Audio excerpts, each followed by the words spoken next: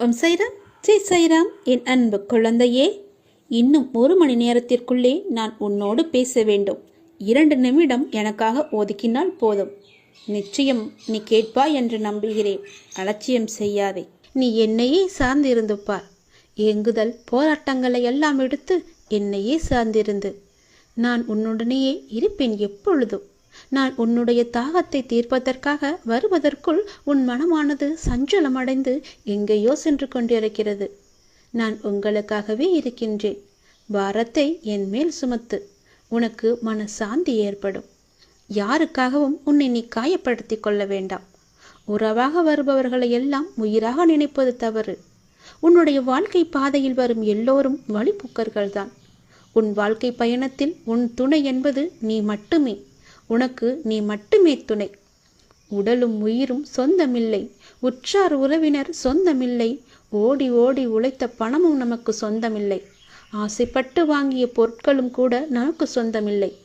ஆனால் வாழும் நாட்களில் நீ செய்த பாவமும் புண்ணியமும் தான் உனக்கு சொந்தமானது. அதுவே உன் கூட வருவது. இந்த அழகான புத்தம் புது வாழ்க்கைக்கு நீ உன்னை தயார்படுத்தி கொள்ள வேண்டும். இனி வரப்போகும் காலம் உன்னுடைய வாழ்க்கையை புது வசந்தமாக மாற்றப் போகிறது. உனக்கு ஒரு புது வாழ்க்கையை தரப்போகிறது. அந்த வாழ்க்கையில் புது மங்களங்கள் எல்லாமே பொங்கப் போகின்றன. மங்களம் பொங்கும் நிகழ்வுகள் எல்லாம் உனக்கு நடக்கப் போகின்றது. அது உனக்காக காத்திருக்கின்றது. உன் நிழலாக அது உன் கூடவே வரப்போகின்றது. எதற்கும் கலங்காதே என் பிரியமே. உன்னை வழி நடத்தி செல்பவன் நான் அல்லவா? உன்னுடைய வேண்டுதல் எல்லாமே விரைவாகவே நிறைவேறப் போகிறது. என்னுடைய பாதங்களில் வீழ்ந்து கிடக்கும் உன்னை நான் ஒருபோதும் கைவிடவே மாட்டேன். நீ கண்ட கனவு கலைந்தது, கொண்ட அன்பு வீணானது, வாழ்ந்த வாழ்வு அர்த்தமற்றது என்றும், என் அப்பன் எல்லாமே எனக்கு நீதான் என்றும், என் அப்பனின் திருவடியே நிலையானது என்றும் நீ என்னுடனே லயித்து போயிருக்கின்றாய். அப்படி இருக்கும்போது உன்னுடைய வெற்றியை தடுக்க நினைக்கும் எந்த கெட்ட சக்தியாக இருந்தாலும் அதை தடுத்து நிறுத்துவது என்னுடைய பொறுப்பு அல்லவா? கண்டிப்பாக செய்வேன். கடவுள் கொடுப்பது ஒருபோதும் தீர்ந்து போவதில்லை. மனிதன் கொடுப்பது என்றுமே நிலைக்காது. கடவுள் கொடுப்பது எப்போதுமே உன்னுடனே இருப்பது. மனிதன் கொடுப்பது ஒரு சில நாட்கள் மட்டுமே உன்னுடன் இருப்பது. அதனால் நான் கொடுப்பதை நீ பெற்றுக்கொள். உன் அன்றாட பணிகளை நீ மேற்கொண்டு வா. நல்ல விஷயங்கள் பேசும்போது கவனிக்க வேண்டும். சிரமம் இழிவுபடுத்தி திசை திருப்பும் போது காதுகள் உஷாராக இருக்க வேண்டும். உங்கள் நடத்தைகளின் அதிபதியாய் நீங்கள் இருங்கள். இந்த தருணத்தின் துண்டுகள் உங்களை விட்டு செல்லாதீர்கள். உனக்கு எது நல்லது என்று எப்போதுமே விழிப்புடன் இருங்கள்.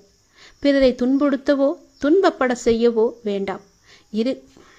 நீங்கள் எப்போதும் உங்களையும் உங்களை சுற்றியுள்ளவர்களையும் மகிழ்ச்சியாக வைத்து பாருங்கள். எந்த வேண்டுதலையும் நீ என்னிடம் வைக்க தேவை இருக்காது. ஏனப்பா இப்படி சொல்கிறேன் என்று கேட்காதே. என்றால் நீ என்னை பார்க்க வந்திருக்கின்றாய். என் பெயரை நீ உன் மனதில் உச்சரித்து கொண்டே இருக்கின்றாய். ஆழமாக என்னை நம்புகின்றாய். என் மீது நீ நம்பிக்கை வைத்திருக்கின்றாய். அப்படி இருக்கும்போது நான் எப்படி உன்னுடைய தேவைகளை பூர்த்தி செய்யாமல் இருப்பேன்? உங்களை காப்பது எனது கடமை அல்லவா? உங்களின் மனதில் ஓடும் எல்லா எண்ணங்களும் ஆசைகளும் கனவுகளும் எல்லாமே எனக்கு தெரியும். உங்கள் தேவையை நான் நன்கு அறிந்து வைத்திருக்கின்றேன். எது உனக்கு நன்மையோ அதை மட்டுமே நான் அளிப்பேன். என்னை நேசிக்கும் நீங்கள் என்னிடம் எந்த வேண்டுதலையும் வைக்க தேவையே இல்லை. நீ என் மீது முழுமையான நம்பிக்கை வைத்திருக்கின்றாய். பிறகு ஏன் எதற்காக நீ கவலைப்படுகிறாய்? நீ எது செய்தாலும் சரி, நீ எது பேசினாலும் சரி, எனக்கு தெரியும். நீ பொறுமையாக இரு. என்ன நினைத்து கொண்டிருக்கும் வேளையில் முடிந்தவரை உதவி தேவைப்படுபவர்களுக்கு உன்னால் முடிந்த உதவியை செய். நீ என்னுடைய குழந்தை. எதற்கும் நீ கலங்கக்கூடாது. உன்னுடைய வாழ்க்கை நிச்சயம் பொற்காலமாக மாறப்போகிறது. நீ எதற்கும் பயப்பட தேவையே இல்லை. நீ நினைத்தது போன்ற வாழ்க்கை உனக்கு கிடைக்கப் போகிறது. ஆனால் வாழ்க்கை எப்படி கஷ்டங்கள் இல்லாமல் எப்படி இருக்கும்? பகல் இரவு என இருப்பது போலதானே இன்பம் துன்பம் என்ற 2 பக்கங்களும் உண்டு. அதை தாண்டி மனம் தளராது உழைத்து அதற்கான தகுதியை நீ வளர்த்து கொண்டால் நிச்சயமாகவே நீ உன்னுடைய வாழ்வில் ஜெயித்து விடுவாய். உன்னுடைய வாழ்க்கையில் நீ ஜெயிக்க வேண்டும் என்ற குறிக்கோளுடையே முனைப்பாக இருந்து கொண்டே இருக்கின்றாய் அல்லவா? நிச்சயம் நீ ஜெயிப்பாய். நிகழ்கால வாழ்வு என்பது மிகவும் முக்கியம். எதிர்காலம் நமக்கு நல்லதாய் அமைய வேண்டுமென்றால் நான் கூறுவது எல்லாவற்றையுமே நீ காதில் வாங்கிக்கோ. உன் புத்தியிலும் மனதிலும் அதை பதித்துவிடு. அந்த இடத்திலேயே அமர்த்திவிடு. அந்த எண்ணங்கள் நிச்சயம் உனக்கு ஈடேறும். நிச்சயமாகவே நடக்கும். நீங்கள் என் அருள் ஆசி எல்லாவற்றையுமே என்னுடைய முழு அன்பையும் பெற்றிருக்கின்றாய். நீ எல்லா செல்வ வளங்களையும் பெற்று சிறப்பாக வாழப் போகின்றாய். உன் மனதில் வஞ்சகம் வழிகள் நிறைந்த வாழ்க்கையாக நீ வாழ்ந்து கொண்டிருக்கின்றாய் அல்லவா? வழிகாட்ட யாருமே இல்லை என்று வருந்தி கொண்டிருக்கின்றாய் அல்லவா? உனக்கு நான் வழிகாட்டி கொண்டு உன்னுடைய அருகிலேயே இருக்கிறேன். அப்படி இருக்கும்போது நீ பயப்படலாமா? பயப்படாத தங்கமே, நான் இருக்கின்றேனே உனக்கு. என்றும் எங்கும் எப்போதுமே உன் கூடவே நான் இருப்பேன். அப்பாவை நம்பிப்பார். உன் வாழ்வில் ஏற்படும் மாற்றங்களை நீயே பார்ப்பாய். பாபாவை மிஞ்சிய வைத்தியர் இல்லை என்றே கூறலாம், தெரியுமா? அது எவ்வாறு என நீனே தெரிந்து கொள். தீர்க்க முடியாத வியாதிகளும் அப்பாவின் தர்பாரால் நிச்சயம் தீர்க்கப்படும். ஆகவே அப்பாவிடம் முழு நம்பிக்கை வையுங்கள். இங்கு உள்ள அப்பா உமது வியாதிகளையும் வலியையும் நிர்மூலமாக்கி விடுவார். கவலையை விடு என்று அப்பாவே பல முறை உனக்கு கூறியிருக்கிறார் என்றால் நீ கவலைப்பட வேண்டிய அவசியமே இல்லையே. சாயப்பா தெய்வத்தின் வாக்கு என்றுமே பொய்த்ததில்லையே. யார் கைவிட்ட போதிலும் அப்பா தனது பக்தனை கைவிடவே மாட்டார், தெரியுமா?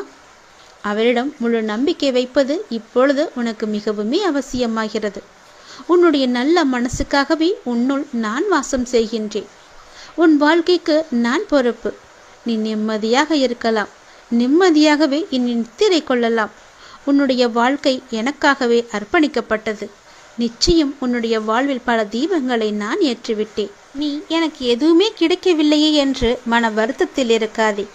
எப்போது இனி எனது கோபுரத்தை பார்த்தாயும் அப்போதே உன்னுடைய கஜானா நிரம்ப தொடங்கிவிட்டது. எப்படி என்று தானே கேட்கிறாய்? ஒரு ஊர்ல ஒரு ராஜா இருந்தாராம். அந்த ராஜா தன்னுடைய இளைய மகள் பிறந்த நாளுக்காக அன்னதானம் கொடுப்பதற்காக ஒரு கோயிலுக்கு போனாங்க. அந்த இடத்துல ஒரு பரம ஏழை வந்து தானும் வரிசையில் நிற்கணும்னு ஆசைப்பட்டாரு. ஆனா அங்க உள்ள மக்கள் எல்லாம் அவர் ஒன்னா சேர்த்துக்கல. அந்த பரம ஏழை எல்லாரும் வாங்கின பிறகு நம்ம வாங்கிக்கலான்னு ஓரமா ஒதுங்கி நின்னாங்க. அதை ராஜாவை பார்த்துக்கல, மக்கள் யாருமே கண்டுக்கவும் இல்லை. அந்த மக்கள் எல்லாம் இவரை பார்த்து முகம் சுழிச்சு தான் போனாங்க. மாலை வேலையும் நெருங்கி விட்டது. ஆனால் அந்த பரம ஏழைக்கு சாப்பாடே கிடைக்கல. இனி நமக்கு கிடைக்காது, இன்னைக்கு பொழுது நமக்கு பட்டினி தான் நினச்சிக்கிட்டு அந்த கோவில் கோபுரத்தை பார்த்து, இறைவா என்னுடைய விதியை ஏன் இப்படி படைச்ச, இன்னைக்கு என்னை பட்டினியா போட்டுட்டியேன்னு அவர் மீது கோபப்பட்டுட்டு அவர் திரும்பி போய் அங்கு அருகில் உள்ள குளத்தங்கரையில் உட்காந்துட்டார். அந்த இடத்துக்கு வந்த ராஜா தன்னுடைய கை கால் எல்லாம் கழுவதற்காக வந்தாங்க. அப்போ அங்க பக்கத்துல இருந்த அந்த பரம ஏழையை பார்த்து, ஐயா நீங்க சாப்பிட்டீங்களா? உங்களுடைய மனசும் வயிறும் நிறைஞ்சிருக்கா அப்படின்னு கேட்டாரு அந்த ராஜா. அவர் யார் வந்திருக்கான்னு கூட எதிர்த்து நின்று பார்க்காம கீழே குனிஞ்சபடியே அவர் பதில் சொன்னாரு. எங்க எனக்கு சாப்பாடு கிடைச்சது? இன்னைக்கு எனக்கு விதிக்கப்பட்ட விதி சாப்பாடு இல்லாம பட்னியா கிடக்குன்னு தான் அந்த கடவுள் நினைச்சிருக்காரு அப்படின்னு சொல்லி அங்கிருந்து எழுந்திருக்க பார்த்தாரு. உடனே அவர் ராஜாவுடைய கை வந்து அந்த பரம ஏழையின் தோள் மீது வச்சாங்க. உடனே அண்ணாந்து பார்த்த அந்த ஏழை பரமன், ராஜா என்னை மன்னிச்சுக்கோங்க, வந்தது நீங்க தான் தெரியாம நான் கீழே பார்த்தே அலட்சியமா பதில் சொல்லிட்டேன்னு சொன்னாரு. நீ உடனே கிளம்புன்னு சொல்லி அவரை தன்னுடைய வண்டிலேயே ஏற்றிட்டு போய் அரண்மனையில் இருந்து உபச்சாரம் எல்லாம் செஞ்சாரு. அவருக்கு அவருடைய ராஜாவுடைய சட்டை அணிகலங்க எல்லாத்தையுமே கொடுத்து, இதை நீங்க போய் குளிச்சுட்டு போட்டுட்டு வாங்கன்னு சொல்லி அனுப்பி வச்சாரு. அதுக்குள்ள விருந்து தயாராக இருந்துச்சு. அவருக்கு வயிறு நிறைய சாப்பாடு போட்டுட்டு அவருக்கு பரிசா ஒரு தங்க பானை மூலயமா அவ்வளவு நகைகளை கொடுத்தாரு ராஜா. இதை நீ வச்சு பிழைச்சிக்கோன்னு சொல்லி கொடுத்தாரு. இதை பார்த்ததும் அந்த பரம ஏழைக்கு மிகவுமே மனசு உருகி கண்ணீர் விட ஆரம்பிச்சாரு. ஏன் இப்போது நீங்க அழுவுறீங்கன்னு கேட்டார் ராஜா. அதற்கு ராஜா சொன்னாரு, நான் இத்தனை நாளா முட்டாளா இருந்திருக்கேன், எப்படி வாழ்வதுன்னு தெரியாம இருந்திருக்கேன், கடவுள் மீது நம்பிக்கை இல்லாம இருந்திருக்கேன். இன்னைக்கு தான் முதல்ல அந்த கோபுரத்தை பார்த்து ஏன் கடவுளை என்னை இப்படி படைச்சேன்னு சொல்லி அவரை நான் திட்டிட்டு வந்தேன். ஏன் கடவுளை இப்படி எனக்கு விதிச்ச விதின்னு சொல்லி, ஏன் கடவுளை என்னை இப்படி படைச்சிங்கன்னு சொல்லி அவர் மீது நம்பிக்கை இல்லாமல் இழந்து வந்தேன்.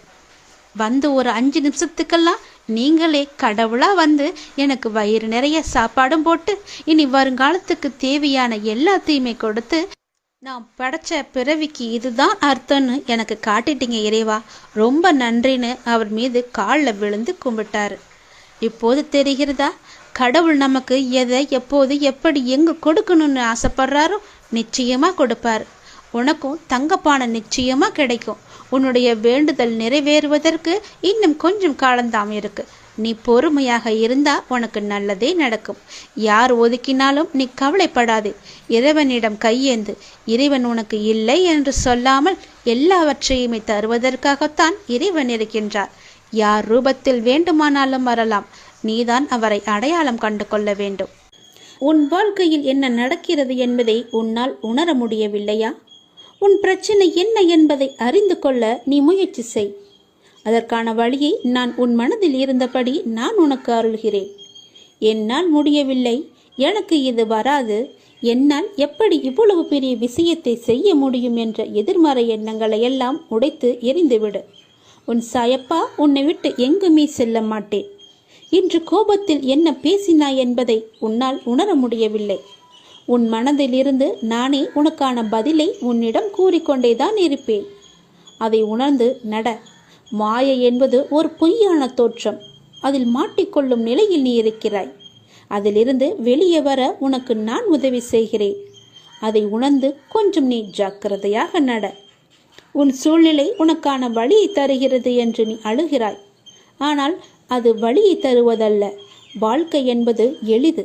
ஆனால் யதார்த்தத்தை நீ புரிந்து கொண்டால்தான் அது சாத்தியமாகும்.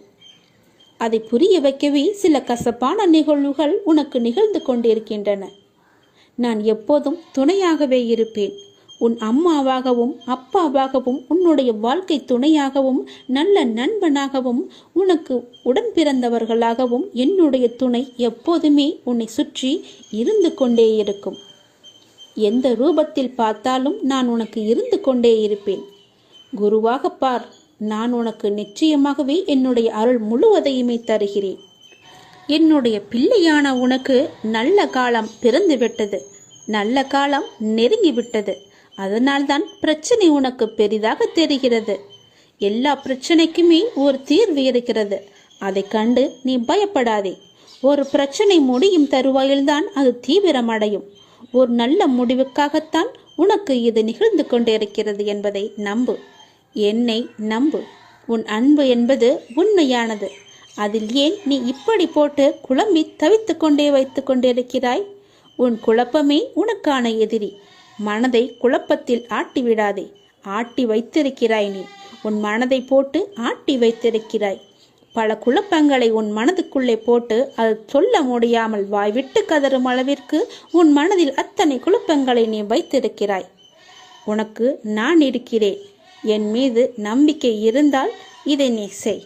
நிச்சயமாகவே நீ நன்றாக இருப்பாய். உன் வாழ்க்கையில் எது நடந்தாலுமே அது என்னுடைய பொறுப்பு. நான் பார்த்து கொள்கிறேன். உன் மனதை எப்பொழுதும் தெளிவாக வை. அதற்குள்ளே என்னை வை. உன்னை எந்த தீமையும் தீண்ட விடாமல் நான் பார்த்து கொள்கிறேன். என் குழந்தைகளை நான் ஒருபோதும் எந்த சூழ்நிலையிலும் கைவிட்டு விட மாட்டேன். மாயை என்ற வலைக்குள் சிக்காமல் நான் உன்னை பார்த்து கொள்கிறேன். நீ சந்தோஷமாக இரு. நம்முடைய வாழ்க்கையில நம்ம மனசாட்சிப்படி நடந்தாலும் மன கஷ்டம்தான் மிச்சங்கிறதுன்னு நீ கவலைப்பட்டுக்கிட்டு இருக்க இல்லையா? அந்த கடவுளை உதவாம உன்னை நிராகரிச்சாலும் நீ செய்த நன்மைகள், உன் நல்ல எண்ணங்கள், உன்னுடைய நேர்மறையான எண்ணங்கள் உனக்கு ரொம்பவே பிடிச்சிருக்கு. உனக்கு அது நிச்சயம் நல்ல பலனை தரும். நீ செய்த புண்ணியங்கள் நிறையவே இருக்கு. அதனால இப்போது நடக்கின்ற கவலைகளை பத்தி நீ மனசுல கூட நினைச்சுக்காத. இப்போது நடக்கின்ற துன்பங்கள் எல்லாமே பனி போல விலக போகுது. உனக்கு எல்லாம் நல்லதாக நடக்க நான் உன்னை ஆசீர்வதிக்கிறேன். நீ சந்தோஷமா வாழ போற. நான் உனக்கு எல்லா நேரத்திலும் வெளிப்படுத்தி கொண்டு தான் இருக்கேன். ஒவ்வொரு நிகழ்விலும் நான் உன்னோட இருப்பதை உறுதிப்படுத்தி கொண்டு தானே இருக்க. இப்போதும் அப்படித்தானே இருந்துகிட்டு இருக்க. ஆனா என்னை நீ காணவில்லை என்றும் உன்னை கைவிட்டு எங்கோ நான் மறந்து விட்டேன் என்றும் மனதிற்குள் நினைத்து கொண்டு என் மீது நீ விருப்பு காட்டு கொண்டிருக்கின்றாய்.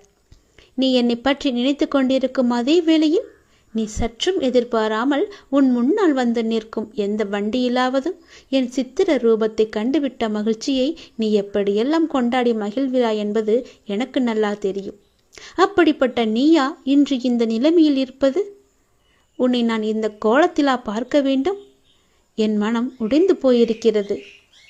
சாதுக்கள் மூலமாகவும் ஞானிகளின் மூலமாகவும் மனதை இலகுவாக்கிக்கொள், சமநிலைப்படுத்து, உன்னுடைய பற்றுகளை எல்லாம் நீக்கு என்றெல்லாம் நான் சொல்ல மாட்டேன். ஆனால் நீயோ அதை காது கொடுத்தும் கேட்கவில்லை. உன்னையும் உன்னை சார்ந்தவர்களையும் நான் எப்பொழுதும் உயர்வாக வைத்து பார்த்து கொண்டிருக்கிறேன். நான் சொல்வது எல்லாமே உனக்கு இன்று அலட்சியமாக தோன்றலாம். நாளை அதுதான் உன்னுடைய வாழ்க்கை என்பது உனக்கு இப்போது புரியாது.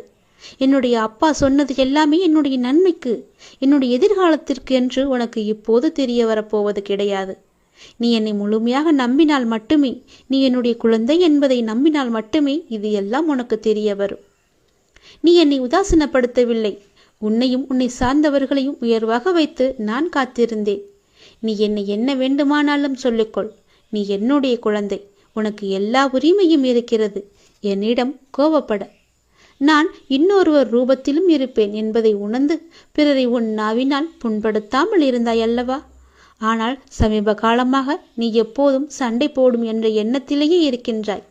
அதுதான் மாயை என்ற வலை. அந்த மாயை என்ற வலைக்குள் நீ சிக்க பார்த்தாய். யாரோ ஒருவர் மூலமாக அதை உன்னிடமிருந்து விலக்கி வைத்திருக்கின்றேன் தற்போது. அதுதான் உன்னை இப்பொழுது காப்பாற்றி இருக்கின்றது. இல்லையென்றால் அது வேறொரு பெரிய பிரச்சனையில் சென்று முடிந்திருக்கும். கவலையே படாதே. உன்னோடு தான் நான் இருக்கின்றேனே. என்னை மீறி எதுவுமே நடக்காது. உன்னை எந்த தீமையும் தீண்ட விடாமல் நான் பார்த்து கொள்கிறேன். என் குழந்தைகளை நான் ஒருபோதும் எந்த சூழ்நிலையிலும் கைவிட்டு விட மாட்டேன். மாயை என்ற வலைக்குள் சிக்காமல் நான் உன்னை பார்த்து கொள்கிறேன். நீ சந்தோஷமாக இரு. உன்னுடைய பொறுப்பானது நாளுக்கு நாள் அதிகரித்து கொண்டே போகிறது. அந்த சுமையை எப்படி தாங்க போகிறேன் என்ற கவலை உனக்குள்ளே ஆட்கொண்டு விட்டது. ஆனால் இதுவரை உனக்கு வந்த பொறுப்புகளை நீ திறம்பட சமாளித்தாய் அல்லவா? அது போலவே உனக்கு பொறுப்பு கூடும்போதும் கூடுதல் சக்தி உனக்கு தேவைப்பட நான் உனக்கு சக்தி அளிக்கிறேன். திறம்பட சமாளிக்க அதை நான் அல்லவா உனக்கு தரப்போகின்றேன். நீ அதை திறம்பட சமாளிக்கத்தான் போகின்றாய். உற்சாகமாக இந்த நாளை நீ தொடங்கிப்பார். நான் உன்னோடு இருக்கும்போது எதுவும் எதற்காகவும் உன்னை நெருங்கி வராது. நான் பார்த்து கொள்கிறேன். உன் பொறுப்புகளையெல்லாம் நான் சுமக்கின்றேன். வாழ்வில் சில விஷயங்கள் கைமீறி போய்விட்டதாக நீ கவலைப்பட்டு கொண்டிருக்கின்றாய் அல்லவா? அது முற்றிலுமே தவறானது. அதிலிருந்து என்னால் மீள முடியாதா அப்பா? என் தலைவிதி அவ்வளவுதானா என நீ அச்சப்பட்டு கொண்டிருக்கின்றாய் அல்லவா? அது தேவையே இல்லாதது. உன்னுடைய அப்பா நான் இருக்கின்றேன். பிறகு ஏன் உனக்கு அச்சம்? அச்சம் எதற்காக? உன் தலைவிதியை தலைகீழாக மாற்றி உன்னை தலை நிமிர செய்ய உன்னுடைய அப்பா நான் இருக்கின்றேனே. உன் படிப்பு, உன் அறிவு, உன் திறமைக்கு உனக்கு முன்னேற்றம் நான் தர மாட்டேனா? அதற்கேற்ற நல்ல முன்னேற்றத்தை நானே வழங்குகிறேன். நான் தருவேன். உன்னுடைய கர்ம வினை கண்டு நீ பயப்படாதே. உன் வாழ்க்கையில் அனைத்தும் தீர்ந்து நீ வெற்றியும் பெறப்போகின்றாய். உன் கஷ்டங்கள் எல்லாவற்றையுமே நான் தீர்க்க வைக்கப் போகின்றேன். நீ வெற்றி பெறுவதற்கு என்ன எல்லாம் செய்ய வேண்டுமோ அது எல்லாவற்றையும் நான் செய்கின்றேன். அது என்னை வழிபடுவதால் உனக்கு நிச்சயம் சாத்தியமாகும். நான் நம்ப வேண்டுமென்று உன்னை அடிக்கடி கூறுவது அதனால்தான். என் மீது முழுமையான நம்பிக்கை வைத்தால் என்னால் எதையுமே எளிதாக உனக்கு செய்து தர முடியும். நீ நினைத்தது எல்லாமே நடக்கும். என்னை நம்பு. நீ நினைத்தது நடக்கும்படி நான் உனக்கு அருள் வழங்குகிறேன். உன் மனம் ஏங்கிய ஒரு விசேஷம் உன் வீட்டில் விரைவாக நடக்கப் போகின்றது. ஒவ்வொரு முறையும் உனக்கு நான் வாக்களிக்கும் பொழுது இது நடக்குமா நடக்காதா என என் மீது நீ நம்பிக்கை இழக்காதே. உன்னோடு இருப்பது நான் அல்லவா? நான் நடத்துகிறேன் எல்லாவற்றையுமே. அப்பா நான் இருக்கும்போது உனக்கு ஏன் பயம்? எப்படி நடக்குமோ என்ற ஏன் அச்சம்? நம்பிக்கையோடு காத்திரு. நல்லது நடக்க நான் உனக்கு துணை இருப்பேன். உனக்கு எதை எப்போது எந்த நிமிடத்தில் எந்த நொடியில் தர வேண்டும் என்று நான் எழுதி வைத்தனோ அதை அப்பொழுதுதான் நான் தருவேன். நான் எழுதியதை யாராலும் மாற்ற முடியாது. நான் எழுதியது எப்போது என்று எனக்கு மட்டுமே தெரியும். அதை அந்த நேரத்தில் உன்னிடம் வந்து கொண்டு சேர்ப்பது என்னுடைய பொறுப்பு. அப்படி கொண்டு வந்து சேர்க்கும்போது யார் தடுத்தாலும் அவர்களை மீறி உன்னிடம் வந்து கொடுக்கச் செய்வேன். உனக்கு கிடைக்காமல் போன ஒன்றுக்காக நீ வருந்தக்கூடாது. ஏனென்றால் அது உன் கையில் விரைவில் கொண்டு வந்து சேர்ப்பதற்கான எல்லா ஏற்பாடுகளையும் நான் செய்துவிட்டேன். மிக மகிழ்ச்சியான நாட்கள் எல்லாம் உன்னை தேடி வந்து கொண்டிருக்கின்றது. நல்ல நல்ல புத்தம்போது நிகழ்ச்சியெல்லாம் உன் வாழ்க்கையில் நடக்கப் போகின்றது. சந்தோஷ மலையில் நீ நனையப் போகின்றாய். வெற்றி மலையை உனக்கு குவியந்து குவியப் போகின்றது. வெற்றி முழக்கம் உன் வீட்டு கதவை தட்டப் போகின்றது. சந்தோஷமாக இந்த நாளை நீ தொடங்கிப்பார். நல்லது நடக்கும்.